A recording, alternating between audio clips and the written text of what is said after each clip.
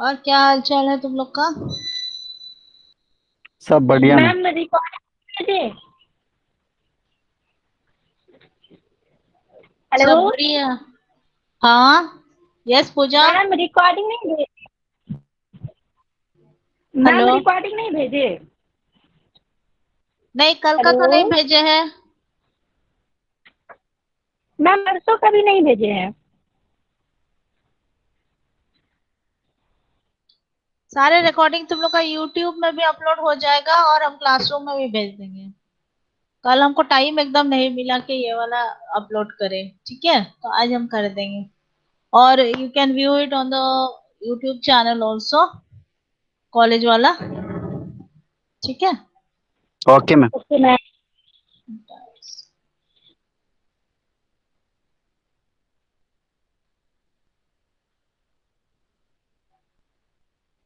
अच्छा, पुराना क्लास में कोई डाउट है हम लोग का? जो फर्स्ट वन ये किए थे, थोड़ा सा ब्रश अप करेंगे पहले। What no is ma'am. Peril? Peril. What is peril? Amit. Amit is present. Yes ma'am. Count of loss. इससे मैम काज और पेरिल। फ्लूस होता है, जैसे fire flood landslide ma'am.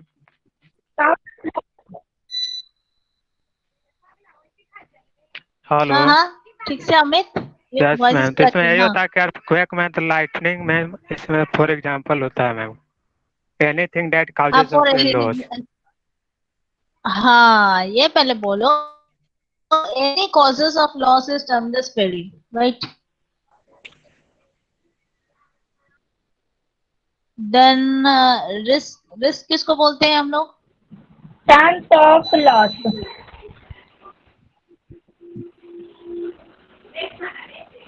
Probability of a loss, ma'am. Probability. Ma'am, there is a chances of difference probability between of. Yes. the accepted and the actual. Ma'am, difference between accepted and yes. actual is called Difference risk. between an expected return and an actual return, that is termed as risk. risk, right? So any kind of chances or probability of a loss, कितना loss होने का संभावना है, उसी को हम लोग बोलते हैं risk. Then we move on to the classification of risk. क्या था classification?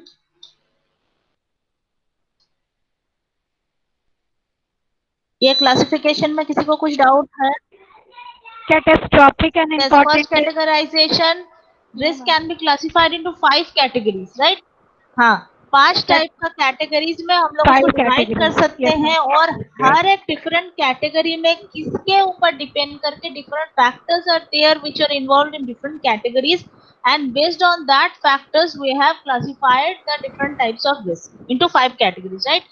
The first category we have seen the classification of risk into two types, that is catastrophic and important risk. क्या है वो? कौन बोलेगा? Niharika. Yes, ma'am. Ma'am, risk where a single event of a major magnitude leads to significant at a high usual number of losses. Ma'am जहाँ पे सबसे ज़्यादा मतलब कि लार्ज नंबर में लॉस होता है उसी को कैटेस्ट्रॉफिक रिस्क बोलते हैं, जैसे अर्थक्वेक, फ्लड, सुनामी, जहाँ पे सब कुछ डिस्ट्रॉय हो जाता है वो होता है catastrophic risk. Okay, so extent of damage is very huge, or number of people who are affected they are also large in number, है ना? बहुत सारा लोगों के at a point of time effect करता है, और also the extent of damage is very much. Examples: earthquakes, floods, tsunami, everything. Next important risk क्या है? Ma'am, any risk that may upset a family member or a business badly, like bankruptcy, credit card use. Ma'am जहाँ पे ज़्यादा नहीं, जो personal है उनका वो रिस्क होता है, बस वो बेयर करते हैं या फिर उनका फैमिली बेयर करता है. इसमें लार्ज लोग में बहुत ज़्यादा लोग इन्वॉल्व नहीं होते हैं. ये स्मॉल लेवल मैम, थोड़ा मतलब कि. हाँ, yes. मैम वो बोलते हैं ना extend कि बाउंड्री के अंदर जो होता है वो बस उतना ही लॉस है। हाँ उतना ही है। पिछले कैटास्ट्रोफिक में हम लोग देखे हैं कि बहुत सारा लोगों को at a point of time effect करता है, वेरएज इम्पोर्टेंट रिस्क में है it is confined to some specific people, है ना। और उसका एक्सटेंट ऑफ डैमेज ज्यादा ही है क्योंकि it is confined to some specific people, तो this risk can not be categorise as catastrophic. तो उसको कैटास्ट्रोफिक अगर तुम कैटेगराइज नहीं कर सकते हो तो अदर कैटेगरी जिसको नाम दिया गया है that is important risk. Yes ma'am. जैसे क्रेडिट कार्ड ड्यूज हो गया, फिर कोई अपना सारा पैसा डाल दिया है in the stock market and there is a crash in the stock market, और temporary job loss, the whole family suffering due to that. Yes. Then next category is financial and non-financial. And On non-financial. Yes. Ma'am, financial loss is that which can be quantified or measured in monetary terms. yes. And Then like value of assets like shares and property changes in value. hmm. And the non-financial is that we can't measure or quantify them in monetary terms, like mental trauma, health issue, bad business decision. हाँ ये These सारा are चीज को under the जिसको हम लोग monetary term में या क्वांटिफाई नहीं कर सकते, but loss are there and losses are huge. ठीक है, अच्छा खासा लॉस हुआ है, लेकिन यू कैन नॉट डिफाइन कि what is the loss in terms of money और in terms of any quantity. तो जब वो डिफाइन नहीं कर सकते that is non financial risk, whereas the financial one is are the losses which can be quantified or measured in terms of monetary terms. Yes, ma'am. Next one, dynamic and static. Yes, ma'am. Dynamic risk are those which resulting in change in economy, or we can say that dynamic risk normally benefits society for a long run. Yes. Since it affects a large number of people, therefore they are less predictable. Ma'am, example like demonetization, changes in price level, consumer taste preference. This all comes under the dynamic risk. Dynamic risk. Yes, very good. Yes, ma'am. Then And static. static risk, loss that occur when there is a no change in the economy, like peril of nature, dishonesty. It is more predictable than dynamic risk that we can manage through insurance better than the dynamic risk. Yes. Yes, ma'am. There is a difference between a dynamic and static. Mm. And fourth Very one is good. pure and speculative risk, ma'am. Huh. Speculative risk. Speculative risk is under control of concerned people. Like, ma'am, in speculative risk, there is a chance of loss as well as gain. And example like gambling, lottery, gambling, betting, speculating in stock market. And pure risk are not comes under the control of the concerned person. There is maybe the chance of loss, but no chance of gain. Very Yes. minimum chances of a gain. Like insurance A cover minimum only. chances नहीं, chances of gain is not there at all. तो gain नहीं हो सकता है. Always there will be loss. Okay, ma'am. That is pure risk, है ना, इसीलिए pure word use किया है. Pure risk. हमेशा loss होगा ही. Yes, क्या होगा? What? मैम प्योर रिस्क का एग्जाम्पल क्या होगा? Ma'am, insurance is the best example for pure risk because we can't exploit risk in Pure risk का क्या एग्जाम्पल होगा? जैसे ये स्पेकुलेटिव रिस्क को निकाल के other risk will come under the pure risk. जैसे चोरी हो गया घर में, that is also pure risk. कोई भी पेरिल जो तुम्हारा नेचुरल कैलेमिटी से जो लॉस हो रहा है that will also be pure risk. ठीक है? ओके मैम, ठीक है मैम। कहीं चोरी हो गया तो ये तो पार्टिकुलर रिस्क हो जाता है ना? क्या है? मतलब किसी के पर्सनली, मतलब किसी पर्सनल। देखो वो दूसरा कैटेगरी, ये 5 कैटेगरी डिफरेंट है। ठीक है, ऐसा नहीं है कि वो जो कैटेगराइजेशन है उसके नीचे कुछ और हुआ है तो पर्टिकुलर हुआ है तो ये प्योर नहीं हो सकता है। It can be pure also. ठीक है ना, ये समझ लो 5 heads of categories are there. और कोई अगर एक कैटेगरी के अंदर आ रहा है इसका मतलब ये नहीं कि it can not be further classified into other categories. Category का जो डिफरेंट फैक्टर्स है वो अलग है। यहाँ पे प्योर एंड स्पेकुलेटिव का कौन सा फैक्टर्स है, whether it is control by the concern person और it is not under the control, whether there are chances of loss और गेन और ओनली चांसेस ऑफ लॉस। ये टू इंपॉर्टेंट फैक्टर्स को लेके ये क्लासिफिकेशन हुआ है, जहां पे एक तरफ we are getting speculative risk, another side we are getting pure risk. ठीक है, तो प्योर रिस्क के अंदर में वो सारे रिस्क आ जाएगा, जैसे थेफ्ट हो गया, फायर हो गया, तुम्हारा अर्थक्वेक हो गया, सारे चीज जो कि पीपल के कंट्रोल के अंदर में नहीं है, मतलब we are not indulging in that risk with our consent, हम लोग का कुछ नहीं लेना देना है। वरस स्पेकुलेटिव रिस्क क्या है, it is under the control of you, अगर तुम चाहो तो you can avoid that risk. अगर तुम हॉर्स रेसिंग में इन्वॉल्व नहीं होंगे, लॉटरी नहीं खरीदोगे, गैम्बलिंग नहीं करोगे, तो क्या होगा, वो रिस्क तुमको आएगा ही नहीं। So it is based on your choice whether you want to take this risk और नॉट। वेयर प्योर रिस्क क्या है, घर में चोरी हो गया, there is no alternative to you whether you are going to accept the threat और not. है क्या, चोरी हो गया, तुमको पता भी नहीं है, ना तुम्हारे कंट्रोल में है, वो अपने आप हो गया। सिमिलरली फ्लड हो गया, कुछ नहीं तुम्हारे कंट्रोल के अंदर नहीं है, फ्लड अपने आप हो गया, नेचुरल कैलेमिटी है। फायर लग गया, एक्सीडेंटली लग गया, ये तुम्हारे कंट्रोल में नहीं है। ठीक है, इसीलिए all this risk are pure risk and insurance covers only this pure risk. वो स्पेकुलेटिव रिस्क को कवर नहीं करता है, अगर करेगा तो क्या होगा, लॉस होगा मैम कंपनी को, इंश्योरेंस कंपनी को ह्यूज लॉस होगा। लॉस एंड जो ये स्पेकुलेटिव रिस्क को अपना रहा है उसके लिए प्रॉफिट होगा, क्योंकि वो हॉर्स रेसिंग में इन्वॉल्व हो गया, उसमें तो लॉस और गेन दोनों तरफ चांस है। तो अगर वो इंश्योरेंस लेता है and that is covered by insurance, तो उसमें क्या होगा, जैसे ही उसको लॉस होगा it will be compensated by the insurance company, whereas जब गेन होगा तो that person is gaining from it. तो सारे लोग जो स्पेकुलेटिव रिस्क और this is kind of addiction, वो लोग सारे लोग आएंगे and will take the insurance and save themselves, और insurance company will always be at a loss. Clear हुआ, कौन पूछ रहे थे इससे पहले? Yes ma'am, clear.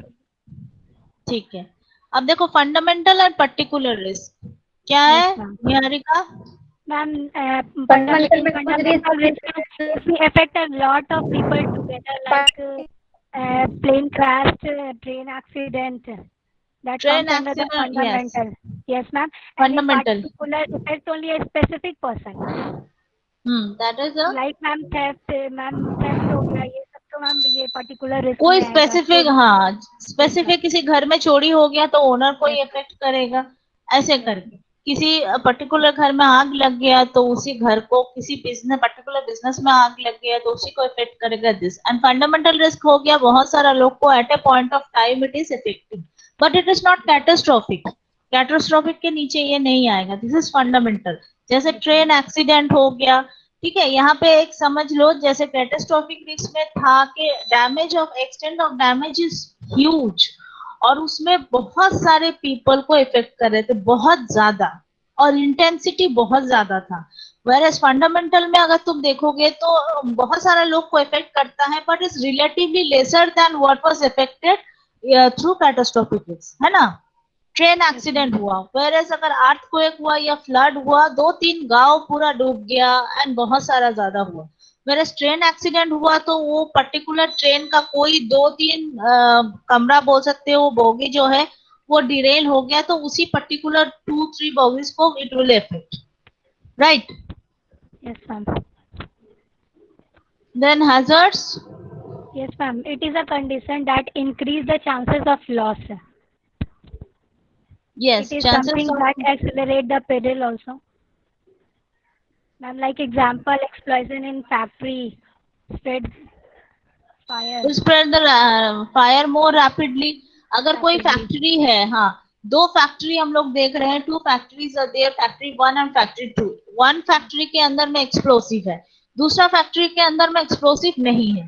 अब मानो दोनों फैक्ट्री के अंदर हम लोग आग लग जाता है बाय चांस, ठीक है। तो देखा जाएगा जिसके अंदर में एक्सप्लोसिव नहीं है उसके अंदर में आग बहुत धीरे धीरे उतना रैपिडली नहीं स्प्रेड किया है और लॉसेस उतना ज्यादा नहीं हुआ है।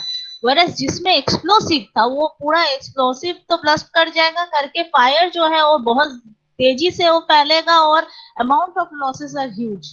तो ये जो प्रेजेंस ऑफ एक्सप्लोसिव्स है जो कि तुम्हारा चांसेस ऑफ लॉस को और बढ़ा दिया। देखा जाएगा उसमें अगर 10 लाख हुआ है तो इसमें और ज्यादा 20 लाख का लॉस हुआ, तो इस जो चांसेस ऑफ लॉस को बहुत ज्यादा बढ़ा दिया है ना।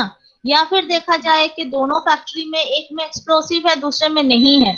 अगर कहीं पे कोई भूल से भी सिगरेट फेंकता है तो सिगरेट फेंक के देखा गया दूसरे वाले में सिगरेट गिरने के वजह से भी आग नहीं लगा, वरस जिसमें एक्सप्लोसिव है उसमें सिगरेट गिरा तो वो एक्सप्लोसिव में आग लग गया और उसमें आग पूरा लग गया उसके वजह से, because of the presence of the explosive. उसी के अंदर में सिगरेट गिरा और आग लग गया, वरस दूसरे में गिरा चांस हुआ लेकिन वो बुझ गया, ठीक है। सो प्रेजेंस ऑफ एक्सप्लोसिव क्या है, चांसेस ऑफ लॉस, फायर लगने का जो चांसेस है।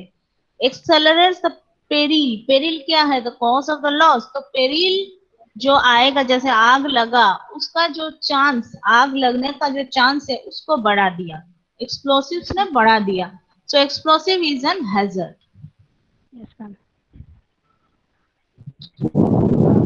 Then it is categorized into two, that is physical and moral. Moral. Yes, ma'am. What are they? Physical hazard. Ma'am, physical hazard is a characteristic or qualities of subject matter which is proposed to be ensured. Like, ma'am, physical hazard consists of those physical attributes or physical conditions that affect the risk. Ma'am, examples comes under the petrol is more hazardous than the edible oil for a fire peril. That is example of physical hazard. ma'am. हाँ, तो कोई भी physical attributes या physical characteristics जो के which is responsible for increasing the chances of loss, that is termed as physical hazard. Whereas if you are talking about moral hazard, Ma'am, moral is that is related to the character of a person, like, ma'am, fraud, by dishonesty, that comes under the moral hazard. It is also related to a attitude of a person, ma'am. Moral hazard. For this example is, ma'am, moral. See, moral there is a hazard. difference between moral and moral hazard. ठीक है? Yes, ma'am. Moral में क्या है, it is related to character. Whereas तुम्हारे पास moral values कितने हैं, तुम कितने ऑनेस्ट हो, फ्रॉड करोगे नहीं, घूस खाओगे कि नहीं, इसके ऊपर डिपेंड करता है। Whereas if you are talking about moral hazard, it is related to attitude. Attitude means तुम किस तरीके से सारा चीज को हैंडल करते हो। Yes, ma'am. You may be insincere, you are not very careful, तो उसके वही सब के चलते ये सारा छोटा छोटा गलतियों के चलते देयर में भी सम काइंड ऑफ लॉस। जैसे तुम घर से ऑफिस निकल गए हो और लॉक किए हो लेकिन लॉक ठीक से लगा नहीं, एब्सेंट माइंडेड होके तुम निकल गए तो उसके वजह से चोरी हो गया, there can be loss. So this is moral hazard. Whereas तुम रास्ता क्रॉस कर रहे, you are talking in a mobile phone and you are not sincere about crossing the road properly, तो उधर तुम ध्यान नहीं दिए हो, एब्सेंट माइंडेड हो गए हो, गाड़ी आया और एक्सीडेंट हो गया, सो लॉस हुआ। This is also moral hazard. Now will start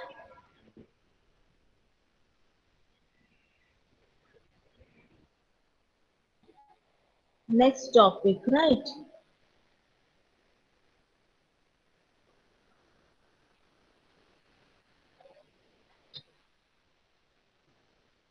यहाँ आज हम लोग देखेंगे from this one, that is risk management process. We'll see what are the different steps that are involved in risk management process. Another important topic which is also a part of risk management process, that is what are the different ways the risk can be managed. So risk management process का first step is risk identification, है कि नहीं?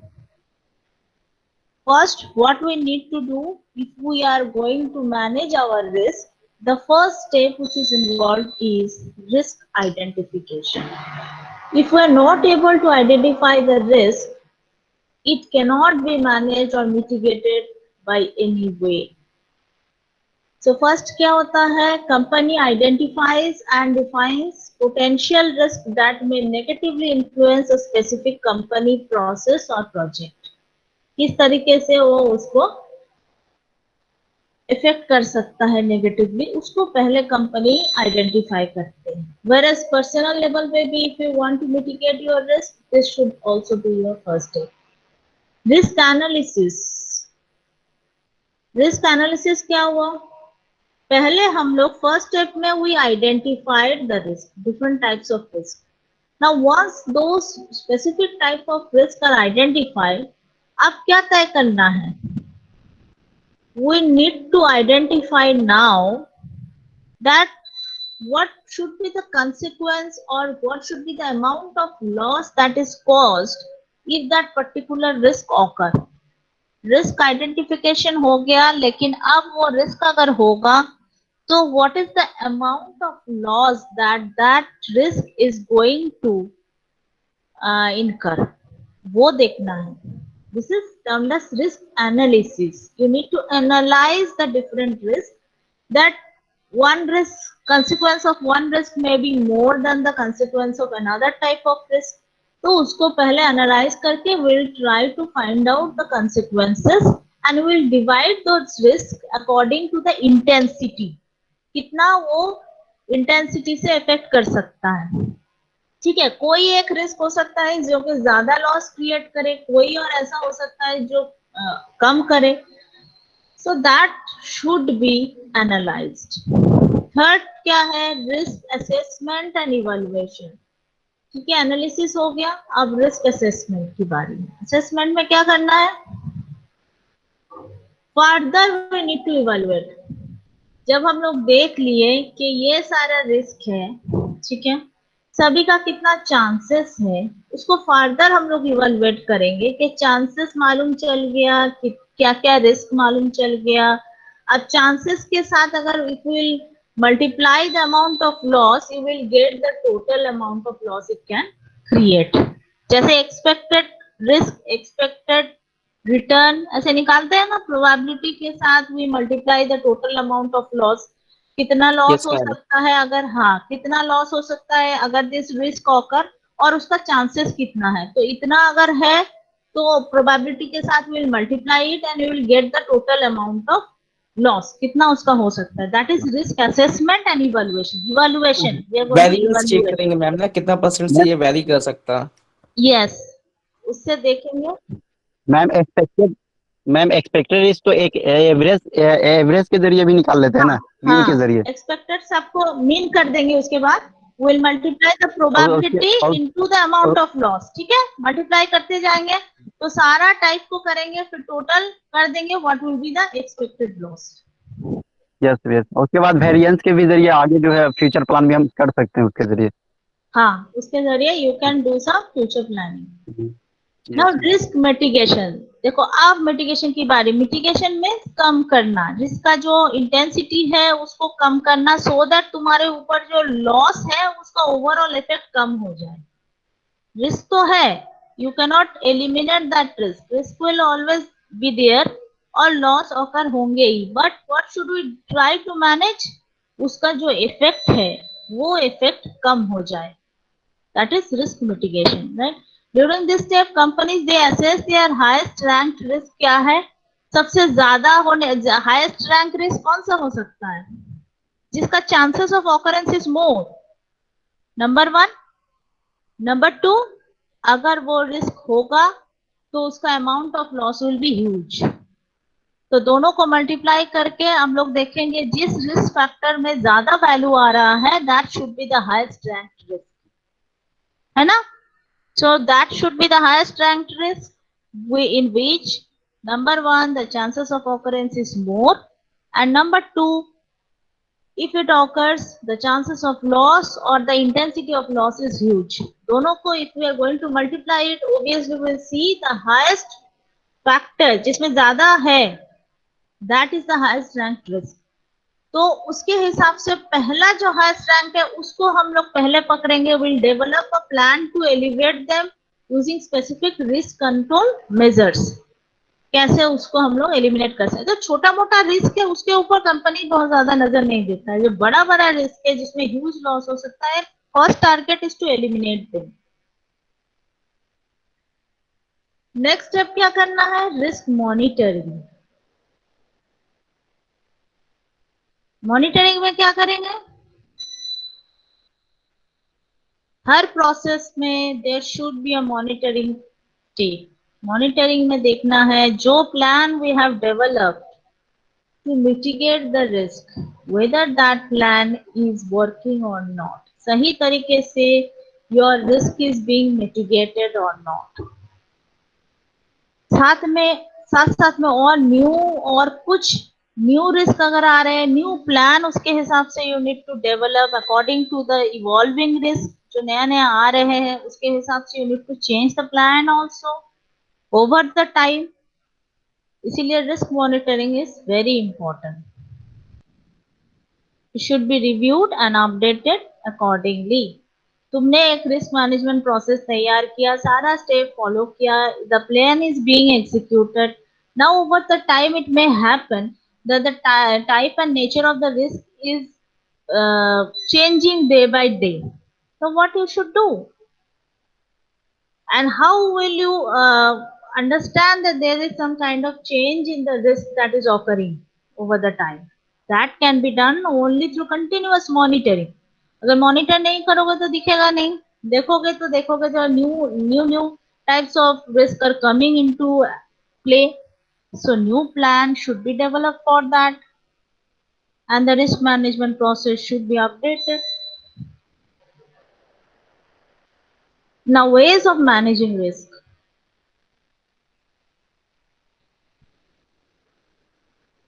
See, basically there are 4 ways of managing risk. First one, risk avoidance. You can avoid your risk, prevent or avoidance. लेकिन whether this step is fully applicable or not. Your answer please. No ma'am, risk को avoid पूरी तरह से तो नहीं avoid कर सकते।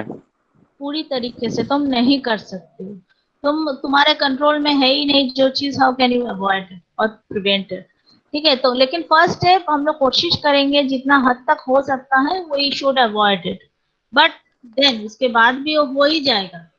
तब क्या करना है? We should try to reduce the risk, reduce the intensity of risk.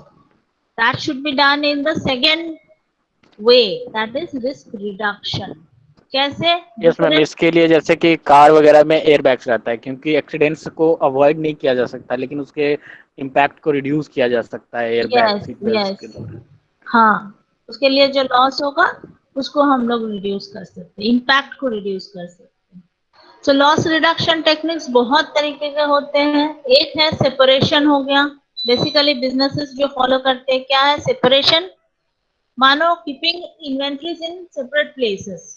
ठीक है, किसी भी बिजनेस का डिफरेंट इन्वेंट्रीज को different places like different warehouses में वो लोग पुट कर दिए। किसी वेयर हाउस में अगर आग लग गया या कुछ और हो गया या अर्थक्वेक हो गया तो पूरा गिर गया तो क्या होगा? Other inventories will be safe, इसलिए अलग अलग जगह पे। तो separation is one of the most important वे।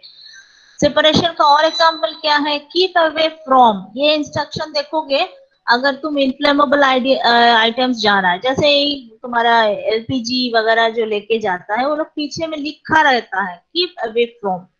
इसमें गैस सिलेंडर्स है या इनफ्लेमेबल आइटम है तो इससे दूर डिस्टेंस बनाए रखें, नहीं तो उसके साथ कुछ भी होगा तो the extent of loss will be huge. ये होता है। डेंजरस मेडिसिन वगैरह को अलग रखा जाता है। सिमिलरली बहुत सारा ऐसा आइटम है जो कि दूसरे के साथ संस्पर्श में आने से खतरा हो सकता है, वो सारे चीज को अलग अलग करके रखना होगा। नेक्स्ट क्या है लॉस रिडक्शन टेक्निक का? डुप्लीकेशन। हम लोग डुप्लीकेट करके रख सकते हैं। बेसिकली ये ज्यादा होता है बैकअप कॉपीज। जैसे तुम्हारे पास कोई सॉफ्टवेयर का कुछ भी डेटा है, कंप्यूटर डेटा, अगर वो करप्ट कर गया, ठीक है, तब क्या करोगे? कहीं पे तुमको बैकअप रखने की जरूरत है। बहुत टाइम ऐसा होता ही है। डुप्लीकेशन बहुत जगह है कि करंट चला गया है, you are having a generator और बहुत सारा जनरेटर फेल कर गया, it is a very crucial type, तो तुम्हारे पास बैकअप रहने चाहिए। तुरंत उसको यूटिलाइज करने के लिए। तो डुप्लीकेशन नंबर्स ज्यादा में रखो कॉपी, सो दैट अगर एक फेल कर जाए तो other will serve the same purpose. Next क्या है, diversification. Diversification it can be done in businesses. कैसे बिजनेस में डाइवर्सिफिकेशन होगा? Jamil, Jamil is present today. Yes ma'am. कैसे होगा डाइवर्सिफिकेशन?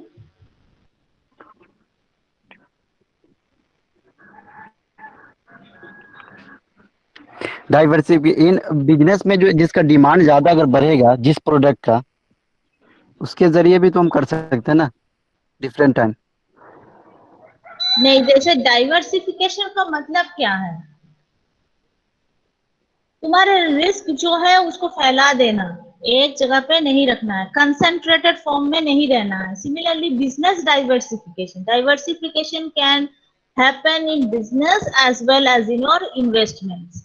तो जब बिजनेस डाइवर्सिफिकेशन कैसे होता है, अगर तुम बिजनेस खोल रहे हो, मानो तुम्हारा प्रोडक्ट बेच रहा है एसी, ठीक है, उसका यस डिमांड मैम। ज्यादा होता है समर में, है ना? Yes ma'am. तो साथ में तुम क्या करोगे, समर के साथ और कुछ विंटर में, अगर दूसरा विंटर वाला टाइम में तो उसका डिमांड बहुत कम हो जाता है।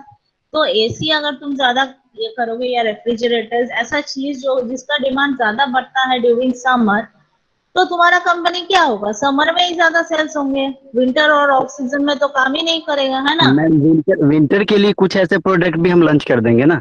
यस, उसी को करना है, सो दैट तुम्हारा दूसरे सीजनल प्रोडक्ट्स जो है सीजनल डिमांड के ऊपर डिपेंड करता है, उसको ऐसे रखो कि दूसरा दूसरा सीजन में भी जिसका डिमांड बढ़े वो प्रोडक्ट को भी साथ साथ में you try to manufacture and sell that. Yes ma'am. जैसे यस मैम। हाँ, जैसे हीटर वगैरह हो गया ऐसा, जो कि और विंटर में ज्यादा काम आता है, सो दैट क्या इसको होगा। सीजनली बोल सकते हैं हम। हाँ सीजनली बोल सकते हैं, सीजन के अकॉर्डिंग हम कुछ भी हाँ, कर ले सीजनल प्रॉफिट। सीजनल के हिसाब से बहुत सारा चीज ऐसा है जारी करता है, हाँ। तो उसके हिसाब से तुम उस ऐसे ऐसे प्रोडक्ट बनाओ which will diversify your business, और बिजनेस रिस्क जो है वो डाइवर्सिफाई हो जाएगा, your profit will be maintain through out the year. ठीक है। दूसरा, यस। इन्वेस्टमेंट का डाइवर्सिफिकेशन का हम लोग उस दिन ही डिस्कस किए थे। उसमें क्या है, सारे फंड को एक जगह नहीं इन्वेस्ट करना है, दूसरे दूसरे नहीं बहुत सारा करना। हाँ, डिफरेंट कंपनी का शेयर खरीदो, एक शेयर एक कंपनी का बहुत सारा नहीं खरीदना है, different different companies and that too in the different different sectors, sectors में व्हिच आर नेगेटिवली कोरिलेटेड, एक दूसरे के साथ पॉजिटिवली कोरिलेटेड नहीं है। मतलब एक सेक्टर अगर बुरी तरीके से गायब हो तो दूसरा सेक्टर भी ऐसा तुम चुने हो जो भी ऐसे ही इफेक्ट हो रहा है, एडवर्सली इफेक्ट हो रहा है, तो क्या होगा, तुम्हारा पूरा लॉस हो जाएगा। इसीलिए दूसरा मैम वाला सेक्टर। ऐसा भी तो हो सकता है मैम कि अगर कोई क्लाइंट मेरे पास आता है और बोलता है कि अच्छा ये बताइए कि हम जो इन्वेस्ट करना चाहते हैं तो हम ऐसा चीज भी इन्वेस्ट करें जो मेरा रिटर्न 100% आ ही जाए, तो उसके लिए उसको कन्विंस कर सकते हैं कि ऐसा कीजिए जैसे अभी विंटर सीजन समर सीजन है तो आप जो है आइसक्रीम या एसी में कर दीजिए, उसके बाद विंटर सीजन आता है तो कपड़ा जो ठंडा से रिलेटेड कपड़ा हो तो उसमें आप इन्वेस्ट कीजिए, तो 100% चांस इससे भी आएंगे इससे भी आएंगे आउटकम। हाँ, ऐसा करके दो चीज बोल में तो सकते। हम इन्वेस्ट कर सकते हैं ना सिचुएशन के अकॉर्डिंग। ऐसा हो हाँ सकता है कि इस सीजन में ठंडा उतना पड़ा ही नहीं। नहीं ठंडा हाँ, वो भी हो सकता है। ये भी हो सकता है, तो रिस्क लेना पड़ेगा ना कुछ तो रिस्क, तो विदाउट इसलिए डाइवर्सिफाई हाँ करके देखो, रखना चाहिए। रिस्क, हाँ रिस्क लेना है, बट इट शुड लेना बी है तो डाइवर्सिफाइड। जैसे अगर अगर हम वैसा नहीं हुआ तो दूसरा ऑल्टरनेटिव भी कुछ सोच के रखोगे तो। अल्टरनेटिव भी हम कर लेंगे। हाँ, मैम इन एक दैट अगर कंप्लेन आ नहीं। रहा है मार्केटिंग वालों की तरफ से मैम कि एक फाइनेंस डिपार्टमेंट का एक है आशुतोष, सो ज्वाइन कर लिया वहाँ पे। तो आपको हाँ? अपडेटेड लिस्ट है क्या स्टूडेंट्स का, कौन कौन है? आशुतोष, आशुतोष तो इसमें है, फाइनेंस में है। पर वो कल से मार्केटिंग का क्लास कर रहा है, तो वहाँ से उसका सीआर कंप्लेन कर रहा था कि मैम को बोलो तुम। उसका क्लास तो उसका जो क्या है, उसका माइनर में मार्केटिंग होगा। हाँ यस मैम। तो माइनर में मार्केटिंग है तो माइनर वाला ही वो करेगा ना। नहीं मैम, वो सारा क्लास कर रहा है मार्केटिंग का, अभी कंज्यूमर बिहेवियर कर रहा है, और कल भी 3 क्लास किया मार्केटिंग का, हम लोग के क्लास में नहीं था प्रेजेंट हुआ। अच्छा, क्यों ऐसा कर रहा है, उसको चेंज करना है। अभी उससे तो डायरेक्ट बात नहीं हुई है मेरी, आप देख लीजिए, पूजा मैम उसके से आप लिए बात तो कर लीजिएगा, शायद अपडेट हुआ ऑफिस हो कुछ। नहीं तो पूजा मैम ने मुझे बोला नहीं है ऐसा कुछ, कहाँ कहीं अपडेशन आया है। कहीं बाद में कहीं मैम गोल चेंज करके मार्केटिंग ही करते हैं सारा चीज, अच्छा जो भी देख है लियो उससे फिर। पता चले। हाँ अगर वो चेंज कर दिया है या अपडेट किया है तो वो पता होना चाहिए ना, नहीं तो दिक्कत हो जाएगा। एक जगह उसको एब्सेंट मार्क हो जाएगा और वहां पे अगर चल गया है उन लोग का लिस्ट में नहीं है तो वहां पे भी वो प्रेजेंट नहीं मार्क होगा, तो हर जगह वो एब्सेंट ही हो जाएगा। हम्म। अच्छा ठीक है, आई विल टॉक। अच्छा नेक्स्ट। वही मैं बोल रहा था कि रिस्क जो है, जैसे रेनी सीजन या विंटर सीजन को देखते हुए हम इन्वेस्टमेंट करते हैं, तो रिस्क कम से कम कुछ ना कुछ तो लेना ही पड़ेगा ना। विदाउट रिस्क तो हम नहीं कुछ कर सकते ना। हाँ तो रिस्क हमेशा ज्यादा लेना है। चांसेस रहता है, रिटर्न का ज्यादा चांसेस रहता है। अगर सपोज हम विंटर सीजन में कुछ इन्वेस्ट कर देते हैं और समर सीजन में कुछ इन्वेस्ट करते हैं उससे रिलेटेड, तो ज्यादा चांसेस रहता है रिजल्ट आने का। हाँ दैट इज ओनली चांसेस है ना, तुम्हारा हम्म। एक्सपेक्टेशन है तो उसके हिसाब से तुम काम करोगे, लेकिन तुम्हारा एक्सपेक्टेड जितना भी प्रॉफिट या रिटर्न तुमने किया, देखा गया कि एक्सपेक्टेशन से तुम्हारा एक्चुअल कम हो गया, हो सकता है वही हुआ। दैट इज ओनली रिस्क, वही रिस्क है। तुमने एक्सपेक्ट करके अच्छा चीज किए, लेकिन due to macro economic factors environment में बहुत सारा चेंजेस आए जो कि तुम्हारा एक्सपेक्टेशन लेवल को फुलफिल नहीं किया, तो उसके लिए क्या हुआ, लॉस हो गया और कम हो गया तुम्हारा एक्चुअल रिटर्न, तो दैट इज अ रिस्क। ठीक है नेक्स्ट में। सो फर्स्ट वन हम लोग क्या देखे हैं, risk avoidance, second one risk reduction, the third one is risk sharing और ट्रांसफर। ठीक है, अब रिस्क शेयरिंग और ट्रांसफर मतलब तुम्हारा जो रिस्क है तुम दूसरे के साथ शेयर कर रहे हो, या ट्रांसफर मतलब तुम्हारा रिस्क तुम अपने तक नहीं रख के वो दूसरे को ट्रांसफर कर दो। अब अगर तुमको लॉस हो गया तो that loss should be compensated by that party जिसको तुमने अपना रिस्क ट्रांसफर किया। इसका मतलब वही है, ठीक है, risk Like transfer. insurance company, ma'am? Like हाँ insurance company? हाँ, insurance is an example of risk transfer.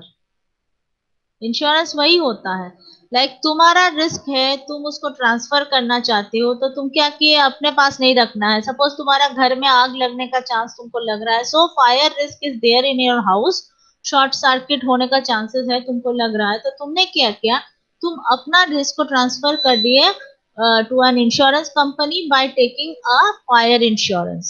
ठीक है, फायर इंश्योरेंस ले लिए। अब इंश्योरेंस कंपनी को तुमने अपना रिस्क ट्रांसफर कर दिया। अब अगर तुम्हारे घर में आग लगता है और कोई भी लॉस होता है, that should be compensated by the fire insurance company. ठीक है, जिस कंपनी से तुमने फायर इंश्योरेंस लिया है वो कंपनी तुमको कंपेंसेट करेगा, but that should also be subject to a maximum amount जो कि तुम्हारे पॉलिसी में लिखा हुआ है। इसको क्या बोलते हैं, सम एश्योर्ड। सुने हो ये वाला टर्म, सम Yes, yes ma'am. Assured. Ma'am. Yes, ma'am. Yes, sum assured, suppose 10 lakh का सम एश्योर्ड है। ठीक है, प्रीमियम क्या होता है, जो सालाना देना पड़ता है, consideration amount for her year taking ma'am. The fire insurance. हाँ हर साल देना होता है, इसको रिन्यू करना होता है, तो that is termed as premium. तो प्रीमियम सपोज 10,000 दे के तुमको 10 लाख का सम एश्योर्ड और कंपेंसेशन मिलेगा। अब मानो तुम्हारे घर में आग लग गया, आग लगा, लॉस हुआ तुम्हारा 15 लाख का, लेकिन कंपेंसेशन तुमको कितने का मिलेगा, इतना सम 10। assured था, मैम। हाँ जितना सम एश्योर्ड है, this is the maximum amount of compensation that will be done by the insurance company, मतलब 10 लाख, 5 लाख तुमको अपने पॉकेट से देना है। तो तुमने अपना रिस्क को ट्रांसफर कर दिया। अब इंश्योरेंस कंपनी भी क्या करता है, इसको वर्किंग भी विल सी किस तरीके से वो काम करता है। सिमिलरली बहुत सारा लोग ऐसे ही है जो कि फायर इंश्योरेंस लेना चाहते हैं, जिसको लगता है फायर से रिस्क है, तो वो लोग भी अपना ट्रांसफर करना चाहते हैं और कर दिए टू अ इंश्योरेंस कंपनी। अब इंश्योरेंस कंपनी क्या क्या ये सारे लोगों को पुल्ड कर लिया एक साथ, POOLED, पुल करना, पुलिंग अरेंजमेंट इसको बोलते हैं। सारे लोग जिसको फायर से खतरा है सबको एकत्रित कर लिया, करके सभी से वो प्रीमियम ले रहा है, प्रीमियम लेके एक फंड बना लेता है। अब मानो किसी साल में 10 कंपनी है, 10 में से 2 कंपनी को आग लगा, ठीक है, तो आग लगने से वो क्या करेगा, दो कंपनी को कंपेंसेशन पे करेगा, ऑटो को नहीं लगा है, तो दोनों को कंपेंसेट करेगा और बाकी पैसा उसका प्रॉफिट। ऐसे ही वो चलता है उसका बिजनेस। लेकिन अभी सपोज करो अगर ऐसा होता है कि 10 के 10 कंपनीज में आग लग जाते हैं, तब क्या होगा? ये तो अनयूजुअल इवेंट होगा ना मैम, कंपनी का कितना नुकसान होगा, 10 का 10 में आग लग जाना, ये हर हो बार सकता तो है ना, नहीं होगा। हर बार नहीं होगा, but it is also risk, होने का चांस है ना, हो ही सकता Yes, है। ma'am. कभी ऐसा हुआ कि एक ऐसे गांव का या ऐसे शहर का या ऐसा एरिया का लोग है जहाँ पे आग लग गया और बगल बगल का घर एक ही कंपनी से लिए हुए थे, सब में आग लग गया, तब वो इंश्योरेंस कंपनी क्या हुआ? This is also risk to the company. Insurance company को अपना रिस्क लेके चलना पड़ता है ना। वो रिस्क एनालिसिस में कंपनी को उतना पता चलता होगा कि इसमें रिस्क हाँ, वो हमेशा उसको देखना ही है, अगर मेरे पास ज्यादा रिस्क हो गया तो मैं क्या करूंगी, क्या करता है वो लोग, कोई आइडिया है?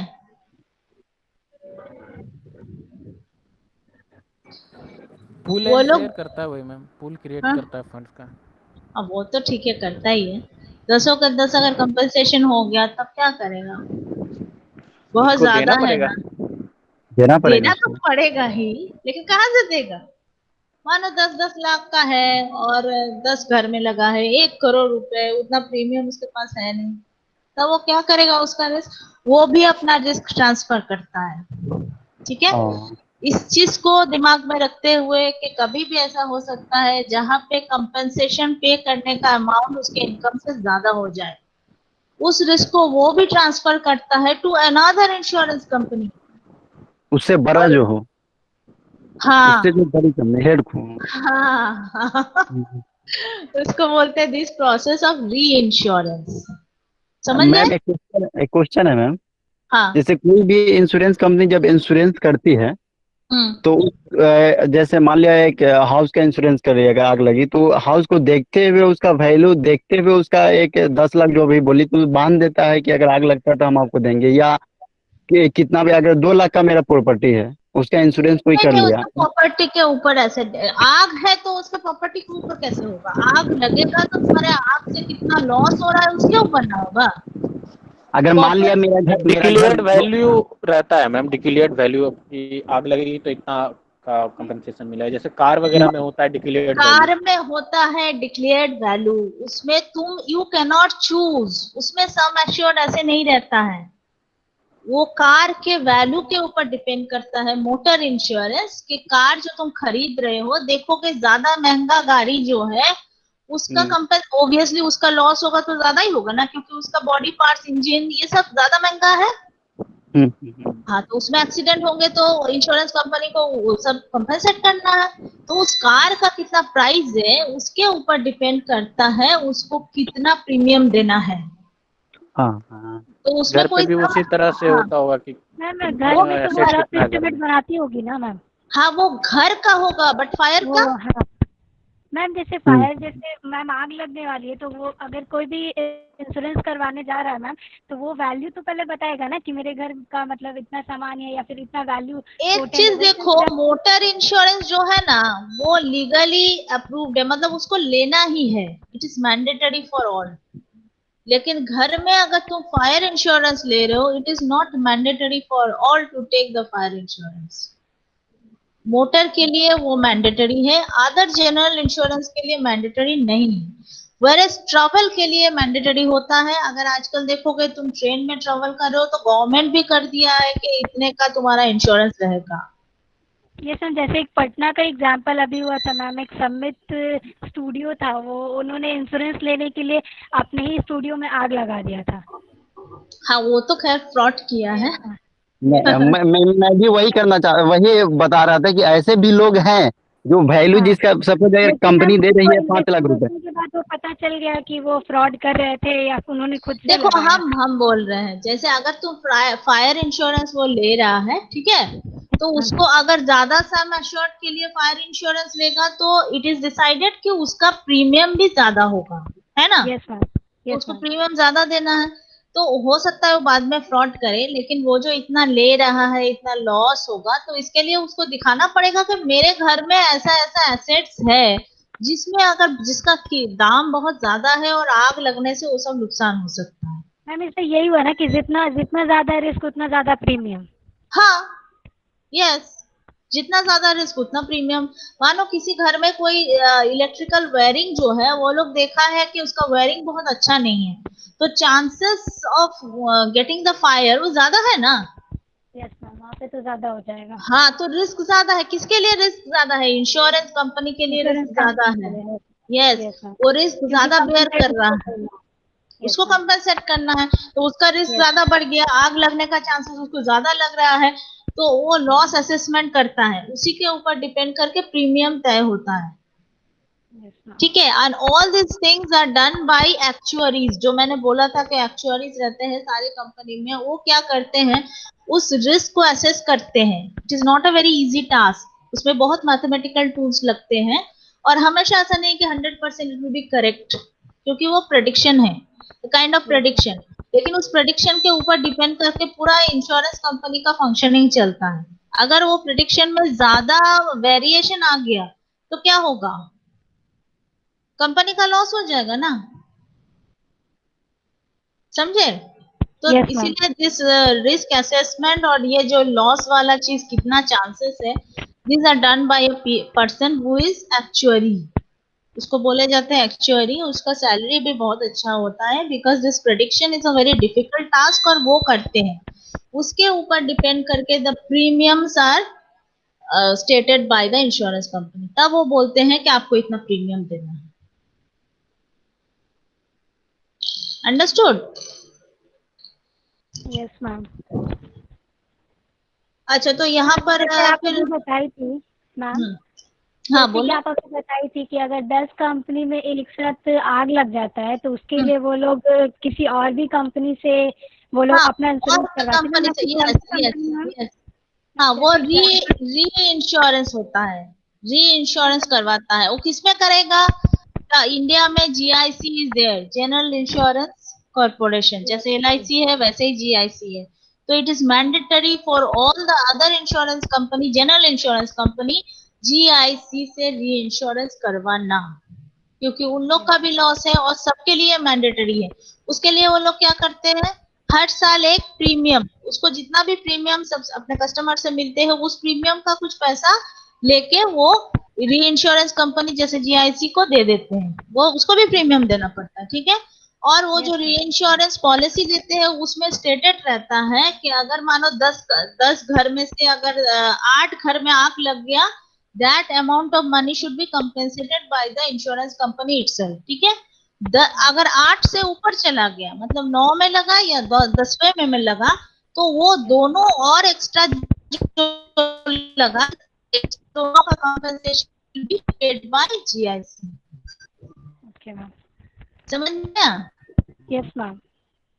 कितना तक वो अपना कंपेंसेट करेगा, और कितना लॉस के ऊपर जाने से extra amount of compensation that will done by the ma'am आपकी इंश्योरेंस आवाज कंपनी। ब्रेक हो ये रही है। स्टेट हो। मैम हेलो आवाज, हेलो, यस मैम आवाज ब्रेक हो अब रही आ रहा है अभी भी? है। Yes ma'am. नो मैम आप ठीक है। अच्छा, तो यहाँ पे ये रिस्क शेयरिंग और ट्रांसफर हम लोग और अच्छे से करेंगे। इंडेमनिटी एग्रीमेंट्स, हेजिंग क्या होता है। देखो, इंडेमनिटी एग्रीमेंट्स क्या है, जस्ट हम बता रहे हैं। इसमें क्या होता है, अगर एग्रीमेंट बना, जैसे this is like you can say, जैसे लेटर ऑफ क्रेडिट नहीं होता है बैंक में, अगर तुमको लोन यस लेना मैम। है, या गारंटर जो रहते हैं, अगर तुमने लोन लिया, अगर तुम फेल कर जा रहे हो, तो तुम्हारे लोन में जो गारंटर है, that person will pay the money to the loan. बहुत बार देखोगे तुम लोग, एजुकेशन लोन अगर लेने जाओगे तो गारंटर का नाम एंड सिग्नेचर चाहिए होता है, रिलेशन चाहिए यस होता मैम। है, मतलब यस हाँ। मैम। अगर मानो तुम लोन लेके पढ़े और उसके बाद तुमको जॉब नहीं मिला और तुम वापस नहीं कर पा रहे हो, तो तुम्हारा जो गारंटर है वो पैसा दे देंगे टू द बैंक, यस ठीक है, मैम। तुम्हारे टर्म्स पे। तो इसी को बोलते हैं इंडेमनिटी एग्रीमेंट, जहाँ यस पे मैम, हम लोग वन के लोन में हुआ ये। हाँ हाँ, उसमें वही होता मम्मी है। या पापा कोई भी गारंटर है जो भी बन सकते हैं। हाँ, तो मतलब क्या, अगर तुम नहीं दे सकते हो तो तुम्हारे मम्मी हो या पापा हो या दूसरा कोई भी हो सकता है, that should be in your relation, Yes, वो बैंक को कंपनसेट करे। इसको बोलते हैं इंडेमनिटी एग्रीमेंट। ठीक है, ताकि बैंक को लॉस ना हो। बैंक को जो लॉस हो रहा है थर्ड पार्टी उसको चुकाएगा। और हेजिंग तो तुम लोग जानते ही हो। ठीक है, इसके ऊपर आगे हम लोग डिस्कस करेंगे। अभी फटाफट तुम लोग डाल दो अटेंडेंस।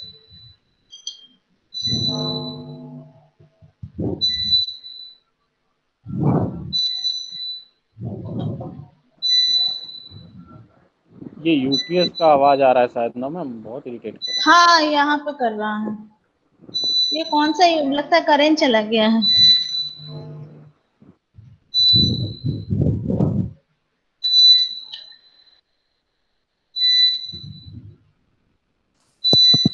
आश वो जो आशुतोष से लीव कर दिया क्या? आशुतोष कहाँ गया? आशुतोष कल नहीं आया था? कल तो लगता है देखे थे उसको। नहीं, है। नो मैम, कल नहीं था। डॉक्टर राजीव सर अभी बोले हैं उसको, डॉक्टर राजीव सर बोले कि जाओ तुम अभी फाइनेंस से, तुम्हारा फाइनेंस क्लास करो, तो बोला कि बाद में हम कर लेंगे। अच्छा। क्या है वही पता नहीं। कल ही वो नहीं था क्लास में, तो हमको लगा बात करें इस बारे में, लेकिन फिर पता चला वो मार्केटिंग में है, तो मुझे लगा कि वो हो सकता है स्विच कर लिया हो स्पेशलाइजेशन। अच्छा पूजा मैम आकाश, अभी तक कुछ अपडेटेड लिस्ट नहीं डाली है।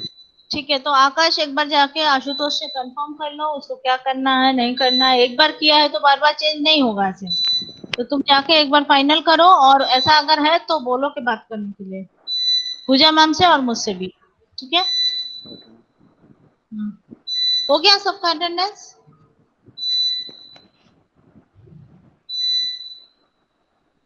हो गया सबका? Yes ma'am ma'am. पीपीएफ के ऊपर भेजा था वो आपने देखा था मैम? हाँ, कौन सा?